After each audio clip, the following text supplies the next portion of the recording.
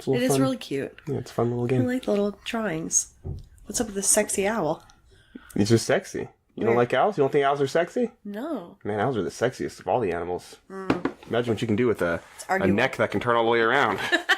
They always have crazy eyes. Yeah.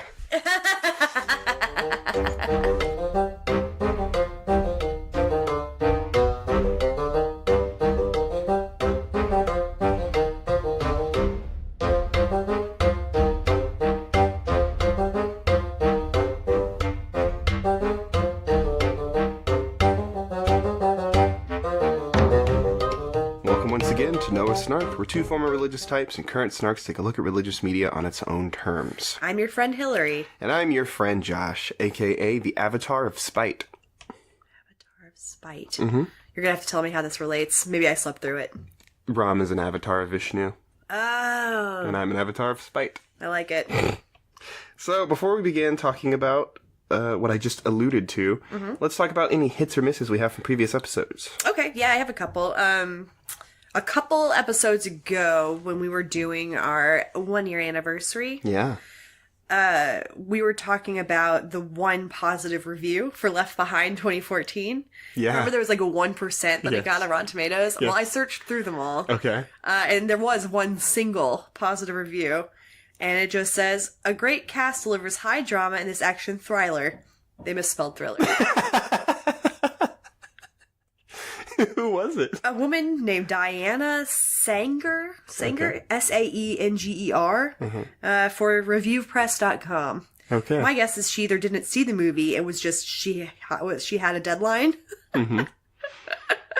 or she has terrible taste. Maybe this is her last review. Yeah, I would expect something like that from, like, Dove Press or Family Research, you know. I don't know what Review Press is. I don't either, I didn't go to the website. But I wouldn't be shocked, like, the one review being from a website that I'm familiar with that's, like, a Christian review site. Because they do get around Tomatoes sometimes. It's not super common, because they don't often do, you know, real movies. But you do sometimes see them on, like, God's Not Dead and stuff. Gotcha. Okay, well, that's good to know. I'll look out for those. Also, I want to apologize to Nick Cage for how harsh I was about his appearance. As somebody who is currently quite bloated and disgusting, I feel like maybe I wasn't being fair to him in his face. So I'm sure he's a lovely man. We will be sure to tag him in this episode. I know nothing about him as a person. So he can hear our apology. I was listening to him like, God, Hillary, pump the brakes. Personal attacks. The little inside baseball. Yeah. You edited it. I did. Did you take anything out that you were just No, like, okay? no, I let it. I sat in my shame. You're just like, oh, that's a step too far. Yeah, I mean, if I took anything out, it was because I was taking other things out. Yeah, but nothing because no. you were being harsh to Nick Cage. No, not at all. Okay. It's and if and when you listen to it, if you haven't already, I have not yet. You'll know because eventually you'll start going, "Geez, Hillary." The sack full of fire ants that we call Nick Cage. At least I didn't call him a potato face. I'm trying not to overuse that, but it's true for a lot of people. A lot of men look like potatoes. Apparently. It's not our fault. It's not your fault. It's not their fault either. Sometimes. It's God's fault. I mean, Nick Cage, let's be honest, he did look, for someone who just said they were a bloated mess, he looks like a bloated mess in that movie. Thank you so much for saying that. Like, I don't want to be the mean guy about people's appearances, but he was... and I don't know, maybe he was on antibiotics, Right, or like, I've been put on prednisone, I have asthma, something like that. He looked like he's been maybe abusing prednisone. The reason we say bloated is because he doesn't normally look that way. Right. So he looked unusual. And yes, and that is one thing that, yes, it was true that was, all of my critique was based on reality, but also my terror of him and my finding him generally scary might not be fair. Yeah, you don't want to cross possible Superman. What? Nick Cage's dream is to play Superman. Oh, yeah, I didn't know that. Yeah. So, yeah. One day he might be Superman and then he'll just come throw a bus at you or something. I don't care. I don't care. I hate Superman. Yeah, well, if he throws a bus at you, you'll really hate him. Yeah, I would really have a hard time with that. Do you have a third?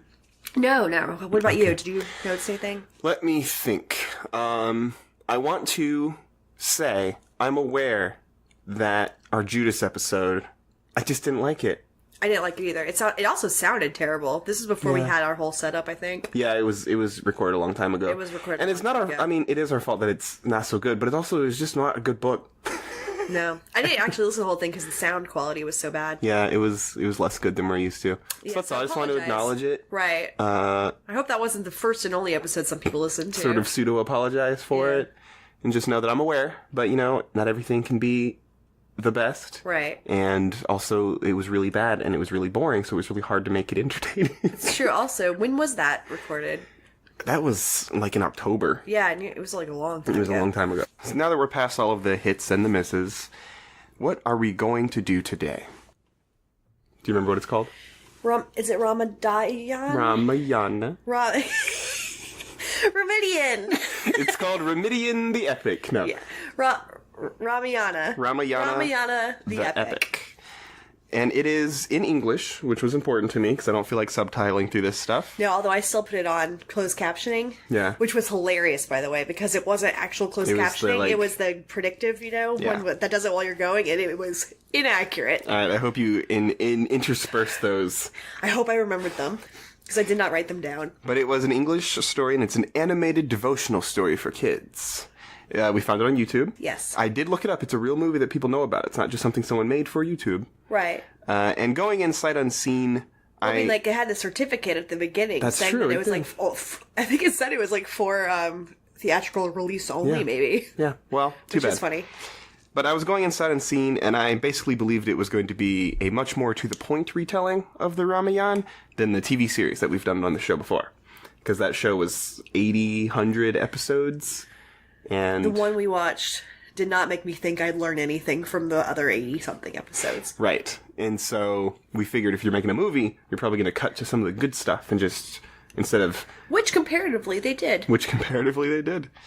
And so hopefully, I was hoping for a lot more violence and gods doing god things. Yeah. That's what you want in a story about gods. Absolutely. It's why mythology is so fascinating. But there was only one way to find out, and it was to watch this movie. Which we did. And of course, it's our non-Christian month, so... It fits right in. It fits right in. Yeah. So, before we start talking about it in detail, let's just describe the movie in one sentence. Okay, I failed to do that. You go first, and let me think if I can piece it together. It is possibly the world's first damsel in distress story, and proof that you can definitely improve on the classics. Yeah. Yeah. Well That's put. what I learned watching this movie. Very well put. It's like, just because it's a classic doesn't mean you can't make improvements.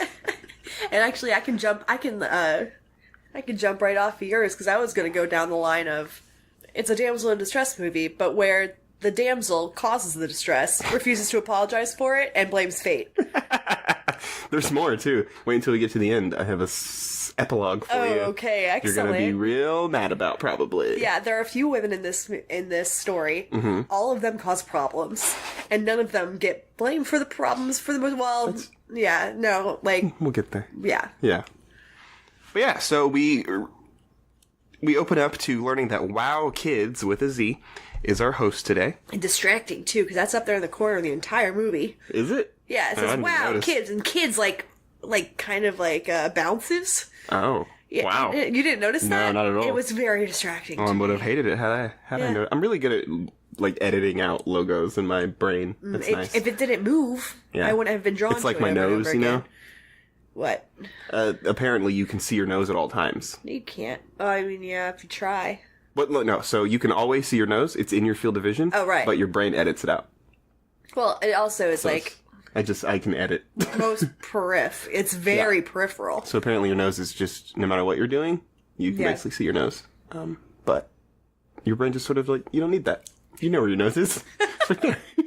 You just missed your nose. I did. You poked yourself in the eye. Oh, if only this was a video. So anyway, we're opened up by a man asking us to like and subscribe to the video. And he doesn't appear to be speaking English, except he is. So it was very strange. Not the whole time. He says subscription in English. Yes, so he's speaking, and it's like, oh, this isn't in English. And then he is speaking English because nobody's saying. And so this whole time, he's rotating between, I assume, Hindi or Urdu and English. Right. And sometimes I can hear it, and sometimes I can't know what he's saying. And I was just like, is this what it's like to speak two languages? Because it's bizarre for me. I do wonder what it's like in your brain. Yeah, if you can understand it all. Right. It was just... like, now I really want to speak a second language just to, like... I've always wanted to speak a second language. Yeah, it's not a skill of mine. I'm so bad at languages. I'm pretty good at telling what language is being spoken. Yeah. Yes, I'm very good at that. Yeah. It doesn't help me, though. Yeah, it's not necessarily useful. Right. It's like, oh, that's Albanian. I should leave. Yeah, and similarly to that, I was watching Conan O'Brien's show that they put on Netflix. Mm-hmm. I had a dream Conan O'Brien died. What? I don't know why. Well, that would break my heart. Yeah, I don't know why. I love him so much. It wasn't even a dream. It was like a headline in a dream that I had. Oh my gosh. I hope that's not a truth that comes. Yeah. Sorry, continue. Oh, I was just gonna say, like, the first episode, he's in Cuba, and the way he picks up on, like, he just, like, people tell him how to pronounce something, and then he does, and I'm like, wow, that would have taken me 20 tries, and they would have eventually just been like, okay, that's fine, we'll just accept that. like Joey learning French. Yeah. In Friends. Oh, did he? Remember where he just, like, he repeats back what Phoebe's saying, but it's not even kind of? Yes. Yeah. Yes, I remember this now. It's been a long time since I've seen Friends. Yeah, actually, it's been a long time, but I've seen it enough times that, it's like, it's in there forever. Joey's the best friend. Chandler. That's my number one favorite. Joey's the best. Agree to disagree. I liked Chandler on the show, but when you really think about it, Joey's clearly the best friend. He was always supportive. Oh, you mean literally, like the one who is the better. Yes, he's the best person on that show. Yes, my favorite was also Chandler. Okay. At least at the time. But when you look at them as people, Joey's the best guy. I guess that could be true. Yeah. I'd have to really think about it, but I refuse to do that right now. Yeah, that's fine. We're talking about this movie. So let's begin it, because it's taken us forever to get here. Yeah. An arrow flies onto the screen where we get our title card over some, I thought, not bad, if a little generic tunes. I liked it. It was kind of hopping. Yeah, and very adventurous. That's what you want in a movie about the epic. Yeah, and the animation was good. Like, I thought the opening title card looked pretty badass. Yeah. Yeah. I remember this. And so we're going through a bit of history now, because as all of these movies, you need a lot of setup if you're going to tell the story. Yeah. And the history is a war plagues the world as what appear to be demons attack the heavens. But to supplement this, the gods are attacked by the Demon King. And the context we receive from the TV series tells me that this is Ravana, or Ravan, however you pronounce it. The names I just couldn't. I didn't know when. It's hard to do. I'm terrible at it. Had we not done the Ramayana TV show, right, I would have had a much harder time, because that was captioned, and so I could... I'm just so grateful that the main character's name is Ram. Yeah, it's easy. Right. So we now get a voiceover telling us of the birth of the 4 sons of the king. That's Ram, and Bharat, and Lakshman, and Shatrughan, as we did in the TV show. Shatrughan! Yep. Of note, like we talked about in the TV show, these 4 sons were born to 3 women. So 2 of them are twins, and then 1 for each of the other 2. Right. But they are still considered brothers, and I guess in at least old school India, you could have multiple wives. Right. Which is what we learned. And all of this is covered in that episode, so if you really want to hear about it, you can go listen to that one, because it was good. Yeah. Unlike Judas the Last Day, sorry again. But now... You'll pay your penance. But now we get a little bit of action, finally, because Ram has been sent to protect a wise sage from a powerful demon during one of his rituals. And sure enough, they are interrupted and attacked by a tremendous ape-looking demon. And Ram, who in this version is a blue man, who resembles the sort of... Navi. Yeah, he's a little Navi-ish, from Avatar, if you're not aware of the reference. Mm-hmm. But it basically seems like a prequel to Avatar to me, and I could not get that out of my head. I could see that. The monkey guys, and all the people who don't look quite human. Right. But this is supposed to be a sort of classic depiction of Vishnu. I don't know how familiar you are with sort of artwork and stuff from... I've seen it. Yeah, he's blue a lot of times. Yeah, if I had a lineup of pictures, I couldn't tell you which one was which god. Right. But I've seen the pictures. Yes. Yeah. So that's why he's sort of blue. He has I think they're called bindis, the bindi. Yeah. And he just, I guess in the movie they didn't want him to look like a normal dude, so they made him blue. Yeah. And whereas his brother... like Adonis blue man. With some abs. He never wears a shirt. Why would he? Why would he? Look at those abs. But as he's introduced as an adult, he's this blue man, and he kills the demon with arrows very easily. And we're going to have to get used to that, because Ram kills everything with arrows. Very easily, yeah. I don't know what his arrows are made out of, because they chop off full limbs sometimes. I'm not sure if he even knows how to fight beyond this. He's just an excellent archer, which is fine, Adventure stories can have people who can only fight one way. It works all the time. Robin Hood was an archer too. Jeremy Renner. He can only fight with arrows. That's right, except sometimes they explode. That's true. He does have those specialty ones. But still, it's just arrows. But now they do talk about... boring. That's all I'm saying. Yeah. But we are going to talk about it because he does get, like, a special weapon. So the arrows are unique in some way. If not here, then later. Right. Okay. But we now cut to Ram being so valorous that he wins a woman's hand in marriage. And this is Sita. Mm-hmm. This is his wife. This is the sort of impetus for the whole movie. Yep. So let's get used to her name right now. We've got Sita, we've got Ram, we've got Ravan. Which one's Ravan? The bad guy. Oh, okay. Mm-hmm. And he wins Sita's hand in marriage because he pulls a bow from a stone, and then he snaps it in half for some reason. Did you understand what was happening? Well, here's what happened. He was supposed to be... The challenge was to string this bow, and this bow is supposed to be like a bow of the gods. Okay. He was supposed to string the bow. But up until Ram shows up, nobody can even lift it. It's huge. It's this huge, heavy, metallic bow that's basically kind of like the sword in the stone, I guess. Yeah, it's Excalibur. Right. Mm-hmm. So he's the first one who's able to even lift it, and he lifts it, and he goes to start stringing it, and he breaks it in half, which to me should mean disqualification. Mm-hmm. Right? Yeah. But they're all like, woo! I guess he proved his strength beyond what was required. Oh, right, because to string it, you have to, like, bend it. Bend it, yeah. But he bent it too far and it broke. Right. Which is better than stringing, because he just snapped this mother. If you're just there to prove strength, but if they needed a bow strong, he failed miserably. Yeah, okay. Especially if this is, like, a piece of, history or something. It seemed like a very important god-related instrument. Yeah, I have no idea. I'm glad you caught it because I had no idea what was happening. Yeah. I literally wrote in my notes. I was waiting for them to ask for his head, and they're instead, like, she's all, like, horny for him. Yeah. And everyone's like, you won! I'm like, okay, well... Yeah, but I literally wrote in my notes, I don't understand what happened, but I don't really care, so let's move on. There you go. But I'm glad you got it. And this gets Ram married to Sita, and Ram's brothers get married to Sita's sisters. Which seems strange, but that's fine. I mean... Yeah. It's just weird. They're just going to stay familial in every way they possibly can. Also, that she had the same amount of sisters that he had brothers. Well, they didn't technically say he married all of their sisters. So that would be hilarious. They're like, we have 6 sisters and 3 brothers. Everyone, just choose your favorites. Choose your faves. Yeah, everyone pick 2. And then there's like the one ugly sister. Aw. Yeah. Maybe she got chosen, though. Well, for her inner characteristics. Maybe she's just, like, really good at cooking. Yeah. Or, like... That's not exactly right. Right. She could have a skill. Yeah. Cooking. That's what it is. And why I went just like the most misogynistic choice. Just like, get in the kitchen, ugly one. I mean, I feel like the most misogynistic choice would have been something like sexual. Like, she's great at blowjobs. No, that's what the other ones are for. It's a patriarchy. That's why you have multiple wives, if not to have sex with multiple women. No, I get it. I'm just saying cooking is a skill for anybody, although it is, traditionally associated with women. Right. Just being like, well, maybe she's great at blowjobs. That's misogyny. Okay. No, I think both are, actually. Right, but one is a degree higher. Gotcha. One doesn't make me cringe as much. Exactly. Yeah. That's my slight defense of you. I think you're like, maybe she's like good at stand-up comedy. Yeah, there you go. That's... like she entertains everybody. You gotta make that your go-to from now on. Okay. Okay, so now we're moving on to Ram's dad, and he feels that he's ready to pass the kingship over to Ram. And one of his wives agrees. I don't know their names. I don't care. They all look exactly the same, too. I was so confused.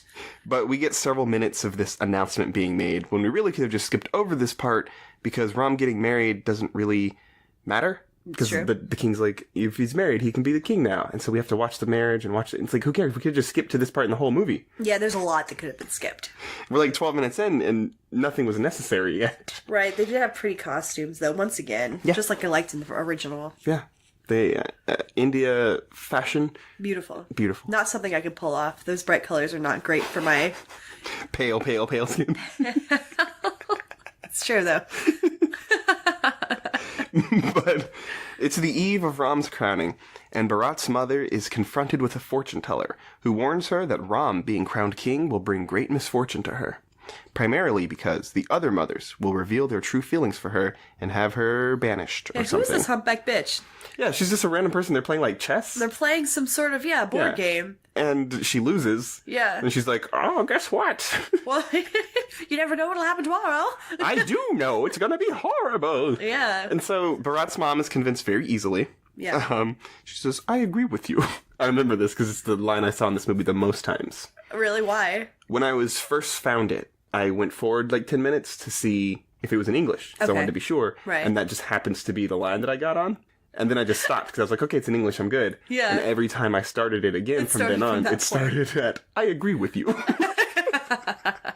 So it's literally the most memorable part of this movie for me. That's hilarious. I was like, this is a boring, even when I was like previewing it. So this is like a really boring conversation. Yeah. And it was, but I just... Considering how, like, trifling it was. Yeah, it was just like two women talking about nothing. Okay, fine. Bitches be trifling. But Bharat's mom insists that Bharat be named king instead of Ram, and that Ram be exiled. And I guess because this is one of his 3 wives, the king goes along with it? I don't know. This I could idea. not piece together. I don't understand how she had the authority of it in any way. Yeah, to not only... Well, there was a part of, like, one of the humpback bitches, like, she was pointing out the wife had gotten some sort of gift that she had not used yet. I don't know what it was, though. I couldn't understand what she was saying. Yeah, it's fine. So maybe she had some sort of, like, spell or power, or like she had a trump card that she was going to play, or like a get out of jail free card type of a situation. I have no idea.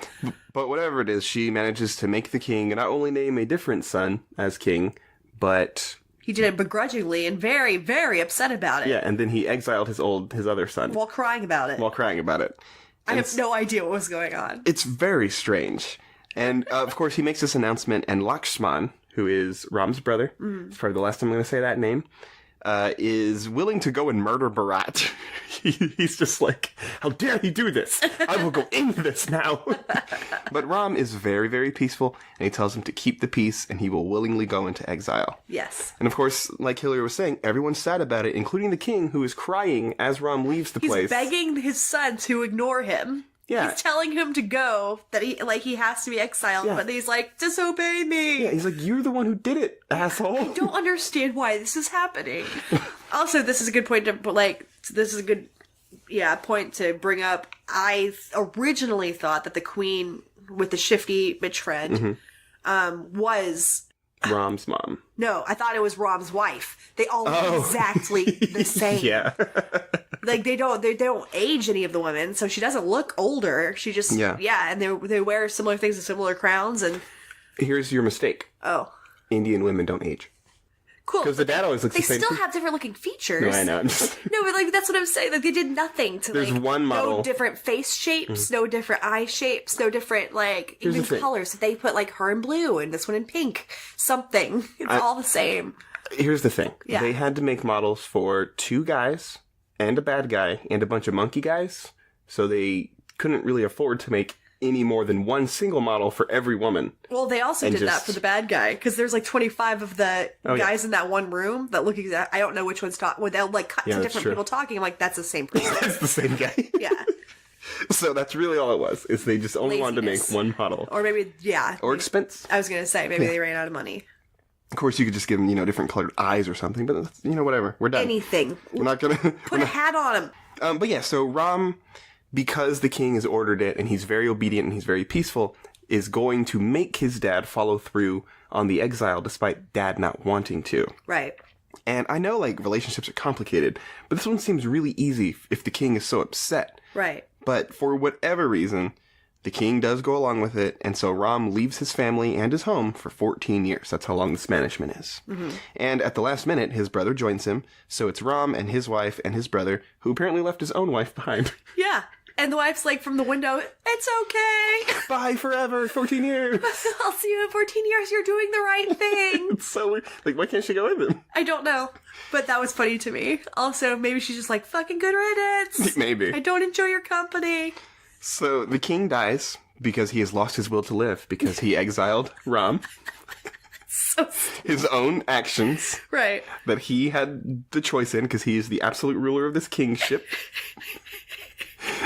He has basically killed himself from being so sad. I have a calendar from 2 years ago that's turned to the same. I just keep it on the same month because it makes me laugh so much. And it's just the character going, How am I supposed to like myself when all these shitty things keep happening because I do them? Exactly. That's exactly the point of view of this king right now. But we also find out that Bharat, who stole the crown, is actually a good guy after all. And his mom tries to conspire with him and, like, work against others, and he rejects her. I think he might have even thrown her out of the palace. Potentially. Yeah. I wish it was physically. Yeah, they don't talk about it beyond that, but we just know that he's actually a good guy. He just threw her out like DJ Jazzy Jeff. Wah! And he does ask Ram to come back to the palace, but Ram has already agreed to be exiled for 14 years, and so he can't take it back now. Yeah, again. I mean, he's a man of honor. Okay. Yeah, again, there's an epilogue. You might like it. That you wrote, or that they had? Did I read the epilogue? Oh, I'll tell you. Okay, all right. We'll get there. We'll get there. We have to wait to the end. That's what epilogues are. Fine. I am impatient. 10 years pass. We just cut 10 years forward. And eventually the brothers receive some really dope weapons that apparently make them invincible. We know this because the narrator says, now Ram is invincible.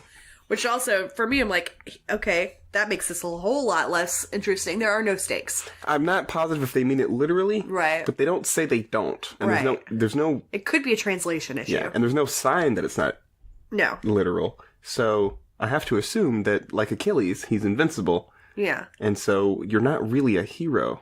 Well, if he's like Achilles invincible, then he's not necessarily invincible. I know, but like, let's be honest. No one knew about that. It was an accident. True. Like, the only person who hit him in the ankle was, oops, my bad. I was trying to hit your, actual body. It was just it was a grocery cart behind him. Oh, damn it. Someone on the phone while they're shopping takes out Achilles. Yeah, so my point is, like, Achilles, if you take the story of him in being invincible, he's not a cool guy. He's not a tough guy. He's not a hero. He's just a fucking invincible guy. Right. Like, that's nothing. But after getting the weapons, they now cut forward 3 more years. And so their exile is coming to an end. It's been 13 years. It's only 14 years to go. 14 years total. Mm-hmm. And so now is the time for all the cool stuff to happen, as a spirit appears to Ram in the forest. She's the queen of the forest, she says, and she's looking for a sexy young king. She is, of course, rejected, because he already has a wife. And so the forest queen attacks him before trying to kill his wife instead. Mm-hmm. And he takes the axe to her face. But her face is quickly broken by Ram's brother, who just punches her in it. And he hits her in the face with an axe. Does he? Yes. Oh, I don't remember the axe part. It's amazing. Yeah, well, she takes the axe like a champ, because she's fine. And you know what he said right before he hit her in the face with an axe? I respect women. Oh yeah, he's like, I don't want to hit a girl, but caca! Yeah, he's like, we don't kill women and children. Then he hits her in the face with an axe. It's amazing.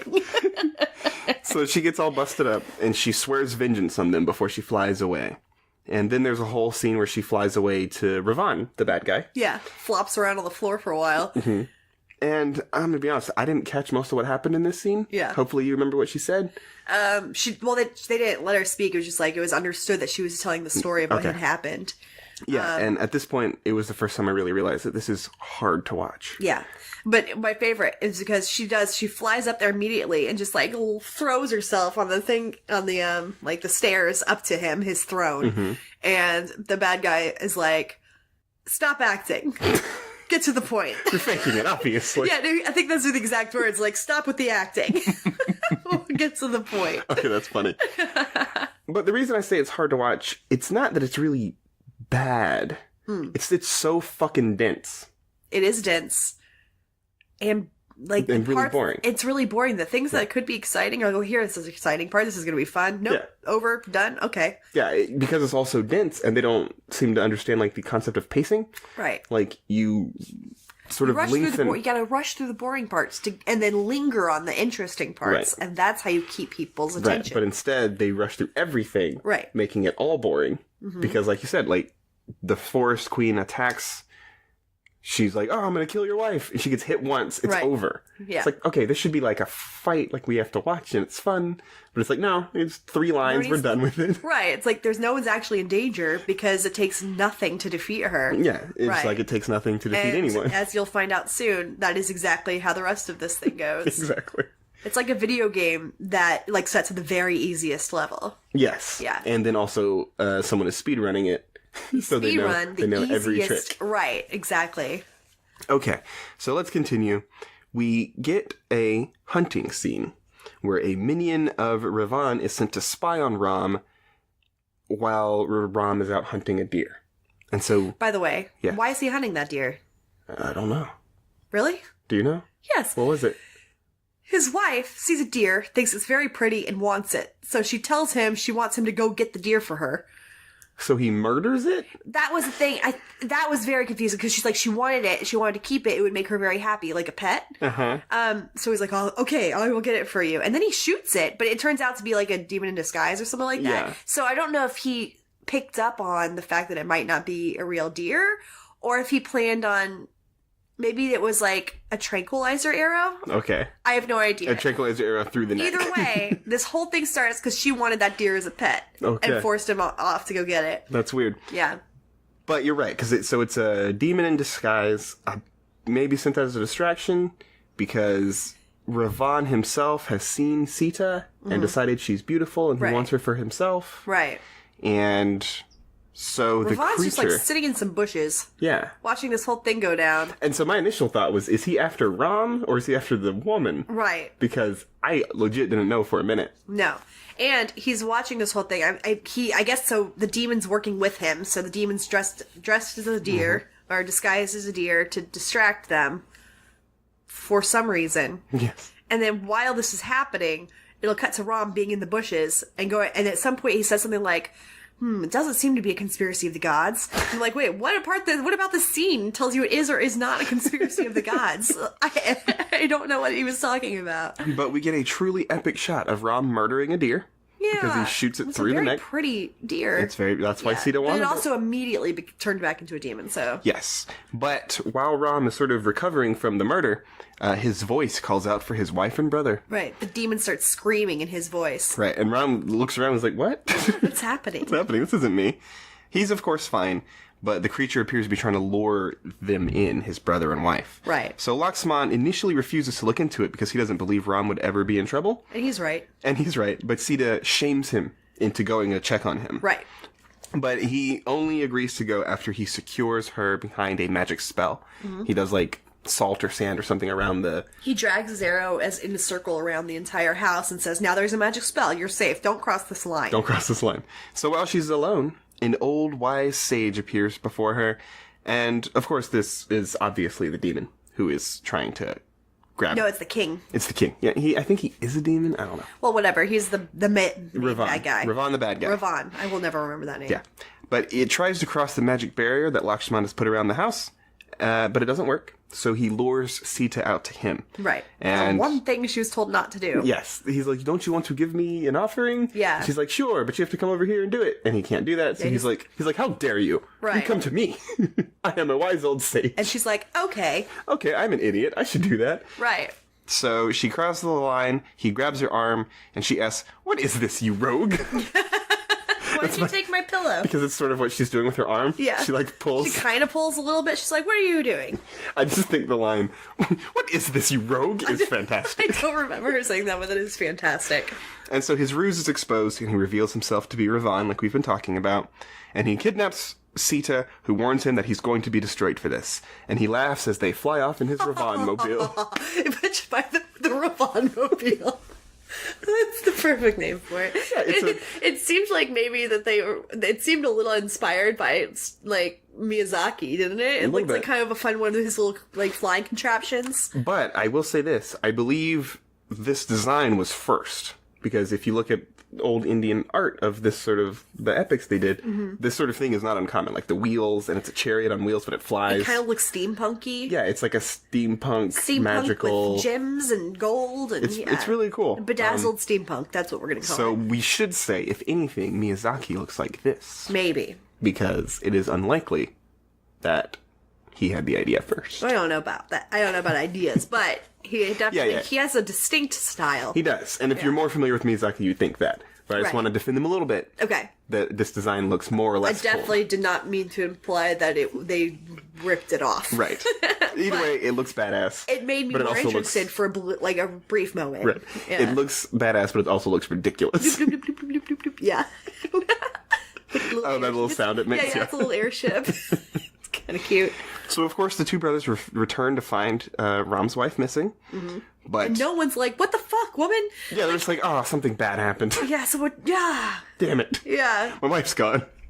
But Jatayu, the king of the vultures, has witnessed the kidnapping, and he intends to rescue Sita. Mm-hmm. So Ravan gets into a fight with a birdman who has 2 swords while they're flying through the air on a magical chariot. Yeah, and you're thinking, oh good, fun, a good action scene. But then... What happens? Ravan chops his wing off and that's it. Yep, he kicks him off the ship, so he's dead. 1 strike. It was again, like there's all this action. Right. But it's never...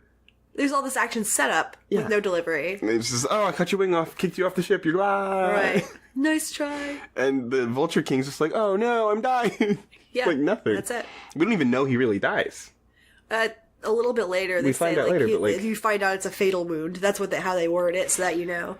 So, Ram and his brother are hunting for his wife, and they come across an old woman who shares, this is my favorite part, she shares berries with them, but first she takes a bite out of every one to ensure they were sweet enough. I know, which is my favorite part about that. I know, the way it's worded is, it's to imply that she's like, making sure that she's giving them the best of the best, but really she's like, one for me, and one for you. No. Half for me, and half for you. Exactly. A bite for me, a bite for you. Yeah. 1 for me and 1 for you means they're sharing the berries. Right. What she is doing is biting every berry. And then giving him the other half. I like the idea that maybe if it wasn't the most sweet, she's like, no, this one's not good enough. Nom, nom, nom, nom, nom. Yeah. Also, if I was like, no, I'm good. I can eat a not very ripe berry. If she was checking for poison, that'd be one thing. But if you're just like, I can eat a handful of berries. They don't all have to be the most perfect berries. Please stop licking my food. It's just such a strange hospitality measure. I know. I'm going to start doing that when I have people over. I made pigs in a blanket. Half for me. Right. Okay, so they're just going on these tiny little adventures while they're looking for Sita. It wasn't entirely sure what the diversion with the woman was. Right. But now we get to see the monkeys put on a musical number in the middle of the forest. Yeah. And I actually liked it. It was a little fun. It was a little uncomfortable for me. It's just like monkey men in diapers. Oh, it was strange. Doing weird gyrations. But the music was fun, and they seemed to be having fun. I was bummed though because the song is not in English. I have no idea what they're saying. Yeah, no idea what's going on. Yeah, I wish that was something that could have been translated. Yeah, it was quite literally out of nowhere, and it was very confusing. But like tree fort kind of situation. But I can at least say that it was fun while it was happening, even if I didn't understand why. Random musical number. And so the boys get distracted in their pursuit for Ram's wife. So now we have to watch the monkey folk settle a dispute. Yep. I guess one of them wants to be in charge, but the other guy's in charge. So they have to fight to the death now. Well, yeah, it's like they're brothers, and like the people respect this brother, but the other one's stronger. Yeah. I don't know. It's weird. So they're settling it through violence, and an epic battle takes place where they're going to determine the leader. And Ram hides away on an embankment, and he shoots one of them in the head, killing this guy's brother. Right. Presumably with his permission. Right. This is another one of those things where they tell us a lot of information that ends up not mattering. Yeah. Yeah. And cheating. Yeah. Like, for such an honorable guy, Ram just straight up cheats in this.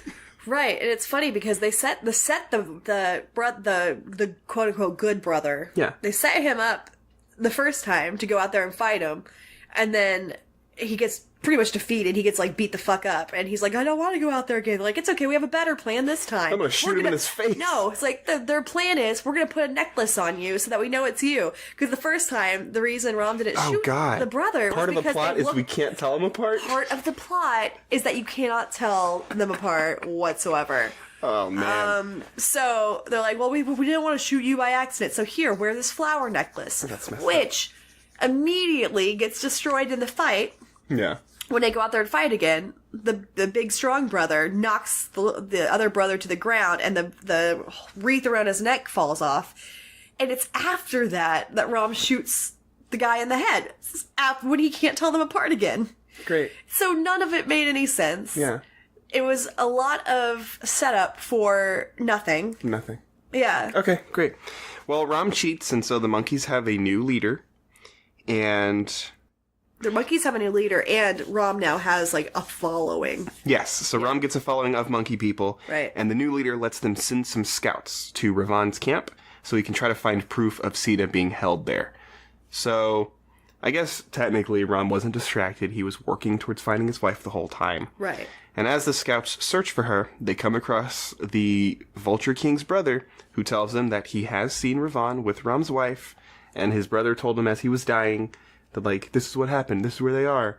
So at least we have some direction. I like this scene, too, though, because he comes out of his cave or whatever, all like, roar! Yeah. And he sees the group, he's like, I'm too old for this. And he starts walking back to his cave. And so now we're properly introduced to Hanuman, who is a monkey god, I believe. And he steps up to challenge... So the island is like 100 miles away in the middle of the ocean. And so the monkeys are boasting a little bit. Like, I can jump 60 miles in one jump. Yeah. I can jump 80 miles in one jump. And so Hanuman can jump 100 miles in one jump. Right. And so he's going to be the one to do it. But he's the stoic one, staring off. Yes. Into space on the side. And one of the other guys is like, I know who should do it, but I've got to inspire him first. They're like, what the hell is about to happen? Yes. Hanuman needs inspiration before he can do anything, I guess. He's basically the Hulk. Who just needs to be riled up.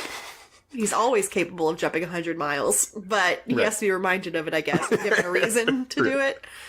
But the point is, he jumps across the ocean. He gets real big. He can make himself real big. Yeah. He stops on a rock, and he fights a sea serpent. In a one-punch type of a situation. Oh, no, this was like an outsmarting thing. Yes. That was... So she says he can't pass until, he's only going to pass through her mouth or something like that. She's like, you have to be in my mouth. Yes. I'm like, so wait, what? He shrinks really small. No, what he does, he gets big, and then she gets bigger, and he gets bigger, and she gets bigger, and then he shrinks down and jumps in her mouth and jumps out. Yeah. And then he says, haha, I've jumped in your mouth, and I jumped out, so now I can go. Yeah. And she's like, well, you did it. I guess you win. And, yep. Sea serpents are known for their honor. But her wish is fulfilled. She wasn't even that upset about it. She's like, oh, all right, well, see you later. But her wish is fulfilled, and he asks for her blessing to pass, which he does receive. And so he then is eaten by a separate creature, but this one he just straight up murders. Yeah. He just kills it easily, he breaks out of it, and he jumps to the island. Right. Just cuts out of his stomach. What was this for? Again, unnecessary. Like, I'm including it. Cut these things out of the movie so that you... No, not you. Like, I'm telling them, cut these things out of the movie so that you can have one good fight scene. Exactly. Don't make 150 tiny not good fight scenes. Right, because I was going to say, I included in here because I want everyone to understand how aimless it is. Right. But if you're making a movie... Yeah. You can cut this sort of stuff. The monkey dance number, the monkey determining a leader. Right. Hanuman fighting a sea serpent for no reason. Right. Like, all of this can be cut out so you can have a... Because you can lengthen the good stuff. Right. And shorten this... Yeah. Alright, I know, like, movie making is not as easy, but, like, there's just... This is a simple thing, I think. it's just a writing issue. Right. Like, I want to Before you even start making this movie, you could read this and be like, okay, well, we're going to cut this out here, add this here. A producer... We need a climax. A producer's job is to cut stuff or add stuff that's necessary. Right. And maybe that's what happened, is there was a streamlined version, and it was better, but then a producer was like, no. The story where Hanuman jumps in the sea serpent's mouth. That's my favorite. Yeah, it's like... That's my favorite Ramayan story. I was going to say there's like 4 writers, and all of them have different favorite stories, so they have to keep them all in. I don't know. Yeah, okay. So under the cover of dusk, Hanuman sneaks into Ravan's palace, and he overhears Sita rejecting Ravan once more, and warning him that Ram is going to come to avenge her soon enough. And so Ravan returns the warning, and says that she has 2 more months to accept his proposal before he kills her instead. Mm-hmm. So Hanuman drops Ram's ring at her feet, and tells her that Ram is on the way after all. And he offers to fly Sita out on his shoulders. Right. But for some reason, she says no. He offers to solve the problem she created. Uh-huh. And she says, no, I need my husband to come get me. Mm-hmm. Because for her honor. For her honor. Ram has to come and rescue her himself. I need him to be in more danger, please, for as long as possible. Otherwise, it doesn't count, I guess. Yeah, so now we have a new time limit. 2 months. She spent a year just sitting on a bench? 10 months. Sorry, you're right. I'm sorry. She spent 10 months sitting on a bench. Yes. And finally it's offered help, refuses it, and then sits back down on a bench. Yes. So Hanuman is eventually captured by Ravan's minions, and he delivers a warning to Ravan: return the man's wife or face the dire consequences. Convinced it would be unethical to kill Hanuman, since he is just a messenger in this case, Ravan instead sets his tail on fire, which is apparently a great shame if you lose your tail as a monkey man. Yeah, except for they didn't. I thought they were going to chop it off. Yeah, like, we're going to set it on fire. Or I thought the fire would at least burn it off or something. Right, or cause some sort of pain, but he seems to really enjoy having his tail on fire. So they set his tail on fire. He jumps around the whole town, basically setting everything on fire. They made him, like, a humanoid match stick. And then he just ran amok. Yeah. The same reason you should never use fire on zombies. Oh, right, because they'll just wander into other things, yeah. Like, will it kill them? Yes. Do they feel pain? No. So what are they going to do? It's debatable if they'll kill them because of... Well, it'll eventually, like, assuming it stays fiery, it will eventually waste their bodies away, so there'll be no zombie threat. Right. But before that, you just have a flaming walking corpse that doesn't feel pain and doesn't care. So, like, why would you... Don't do that. Yeah. So Hanuman does make it back, and he goes to Ram, and he gives Sita's ring to Ram, just like Ram gave Sita his ring. It was a bangle. A bangle. And warns him that Ravan is going to kill her in 2 months. So Ram decides it's time to collect his allies, making sure to warn them of the danger, and allow them to leave if they want. But everyone stays, because of course they're all valorous monkey men. Mm-hmm. And so for those who stay, he can assure them that victory will be theirs.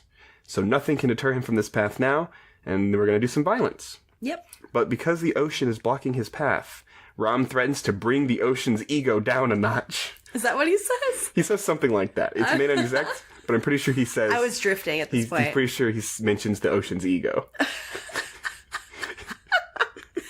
So he's going to... So I thought he's going to, like, part the waters or something. Right. No, they just grab a bunch of rocks and they build a big path in the ocean. Right, it's like that game that you played in, like, I don't know if you did this in gym class, where it's one of those challenges where it's like you have 5 squares, you have to get everybody across the river.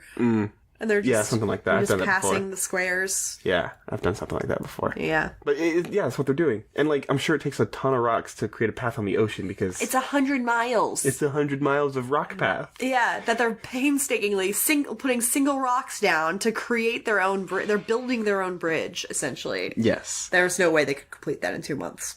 Well, that's what takes so long, I guess. They have 2 months, and I think they get there with 4 days to spare, so it takes them...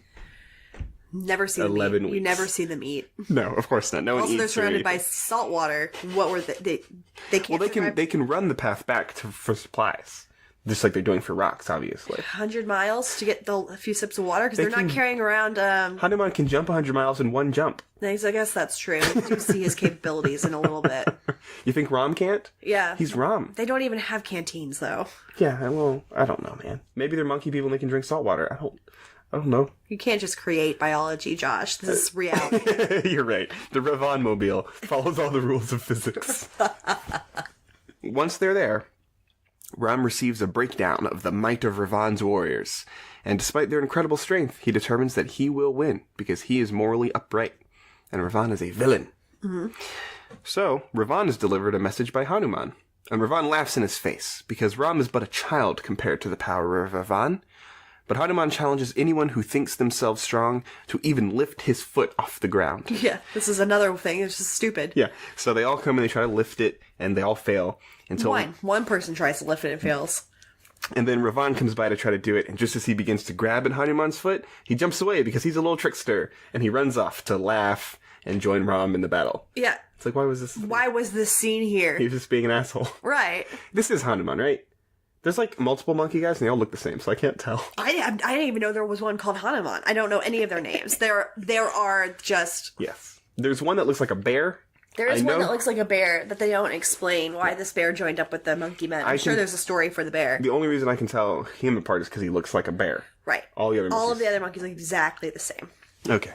So I'm going to say it's Hanuman, but it may not be. If you've seen this movie and want to correct me, okay, you're right. If you write in to correct us, tell me everything. Please explain all of this to us. Yeah. Give me a detailed breakdown of what happened. Right. So now it's time to fight. And CGI animated goblins fight CGI animated monkey men, and also there's an elephant. And then a tremendous whirlwind sweeps the battlefield and wipes away most of Ravan's army. And I guess the gods are helping. I don't really know what's supposed to be happening here. I don't know. There's no explanation. I just know that it's boring. Boring, yes. But the fighting continues nonetheless, and this time Ram's army is doing much worse. They're losing this one, because some of Ravan's generals have joined the fight.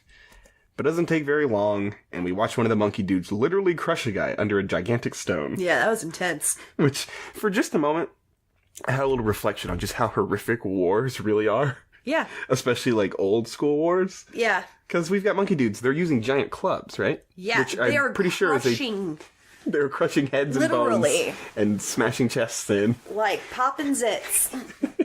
And the other guys have swords, so, like, if this were a real fight, and I'm pretty sure that is a actual Indian war weapon, the big club, they're just guys on battlefields hitting each other with big-ass rocks until their heads explode. Right. It's like, that's fucking crazy. I know. War is insane. And it doesn't prove that anybody's right or wrong. It's literally just like who has stronger people on their side. Yeah. So it was just, it's, you know, viscera and skull pieces and everything is just all over the place. Of course, this is a kid's movie. Oh, it's not, in the movie, but in real life, this would be disgusting. Right. And it's just, it's weird because we're supposed to think at least one side is the good guys. Right. But both sides are just vicious monsters. Yeah, there's no reason. War, man. What is it good for? Men. I mean... Ravan uses bells to wake up this Snorlax-looking motherfucker. Yep. He's this big... I know that reference. Yeah! But he stomps on a bunch of monkeys to get to the battlefield because he's on a quest to kill Ram. This is one of the big generals they were talking about earlier. Right. Ram and Lakshman kill him very easily with arrows. So, literally, why did this? This is a boss level that is easier than the peons. Like, yes. The foot soldiers... put up more of a fight than this boss. He walks up, he looks kind of intimidating because he's huge, and then Ram just, like, shoots one arrow and completely severs his arm. Yeah. Then shoots another arrow into his neck, and that's literally it. Yeah, so it's level complete. Feel great. But I was wondering why that scene existed, and apparently it was for the next bit, where another guy throws a snake arrow at Ram, but it's intercepted by Lakshman, who is now very ill and nearly dead. Mm-hmm. So now they need a cure. It's on a very specific herb on a type of mountain. Mm-hmm. So Hanuman jumps to that mountain to search for the herb, but he can't find it, obviously. So he just tears the top of the mountain off and jumps back with it. Yeah. So this motherfucker is ridiculously powerful, and it seems like he could just win this war by himself. Yeah. Like, why doesn't he just grab a whole mountain and throw it on everyone else? It's just, all of it is such a waste of time. So now we're getting more battle, so we're getting more generals. And another general comes by, and he throws Ram's wife's head at his feet, which upsets Ram enough to shout, Sita! But of course it's a trick.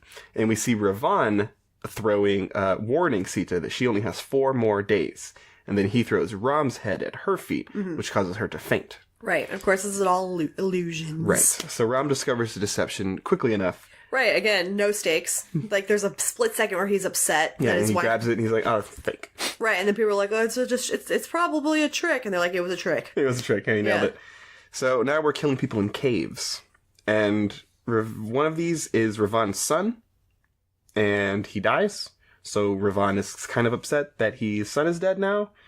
And everyone's growing really weary of the fighting, including, I think, the audience of this movie. From the beginning. But he gets inspired by visions of himself, Ravan and his army does, to rally and kill everyone. So he shouts his name a bunch of times to gain power. He just says, I am Ravan, I am the whatever. Yeah, I am just the best. basically just multiplies himself.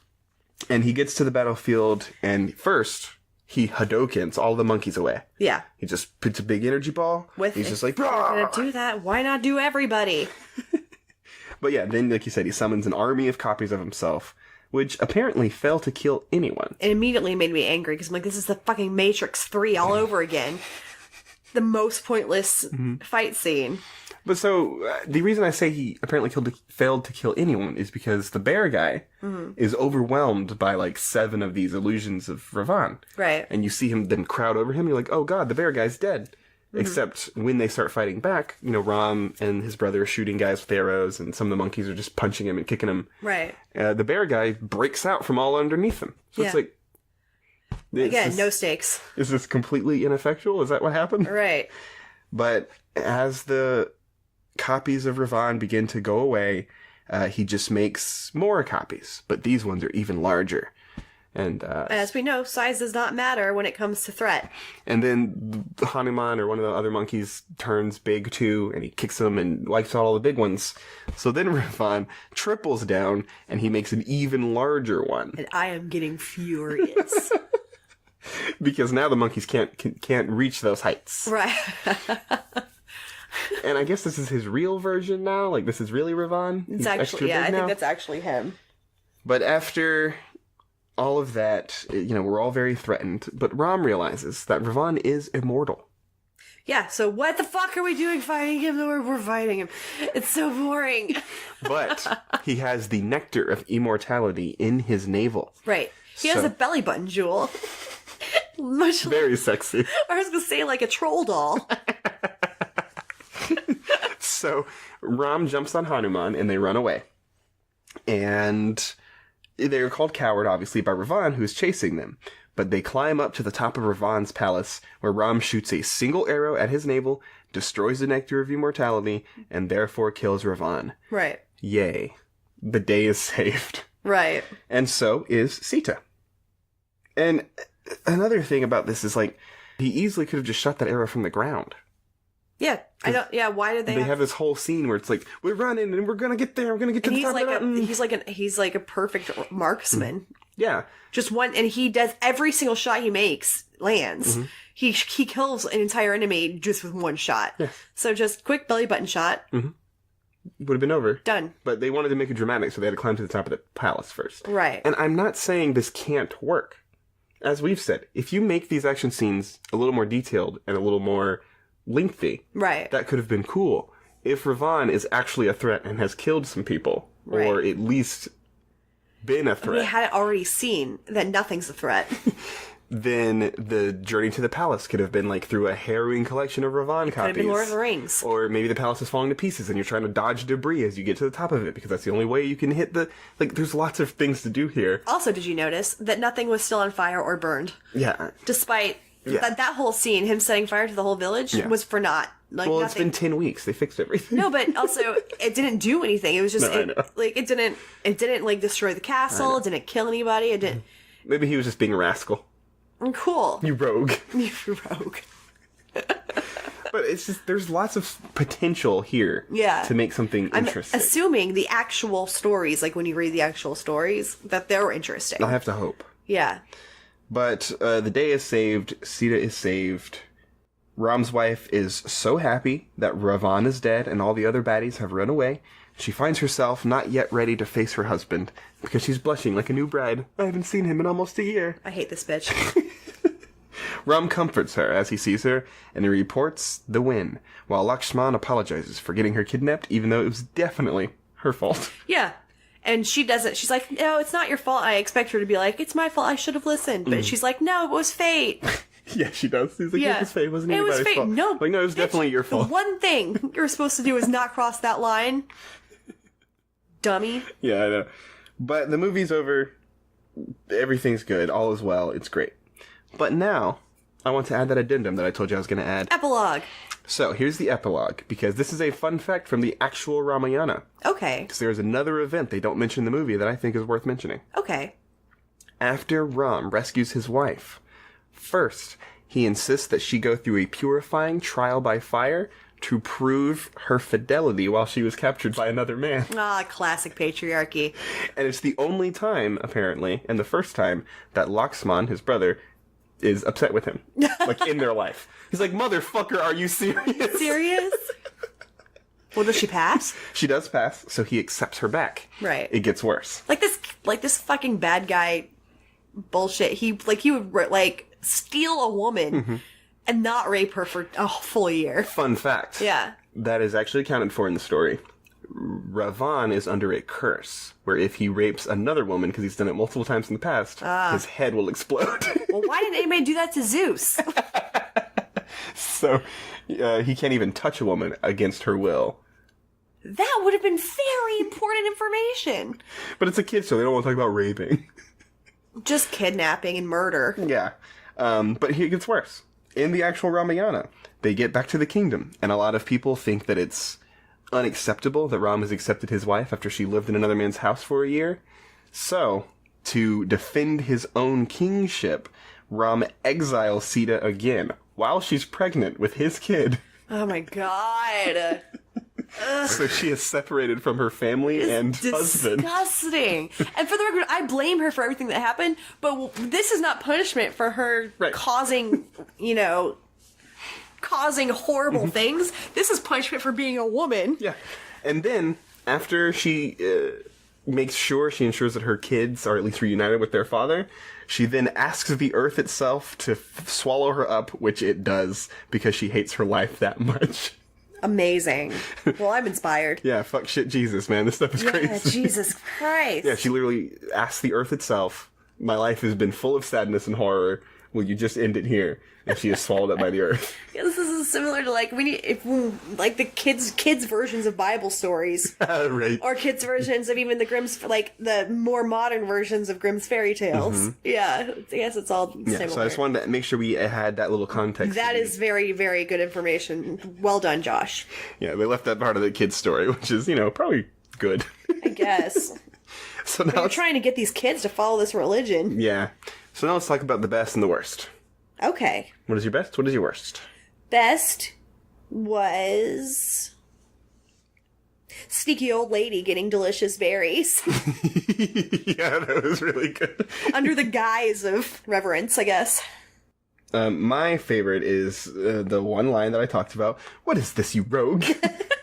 So like the old vulture guy who's like, I'm too old for this. Good too. Yeah. But now let's talk about the worst. Okay, worst was that we already, everything that we've said about this as we went along is the worst.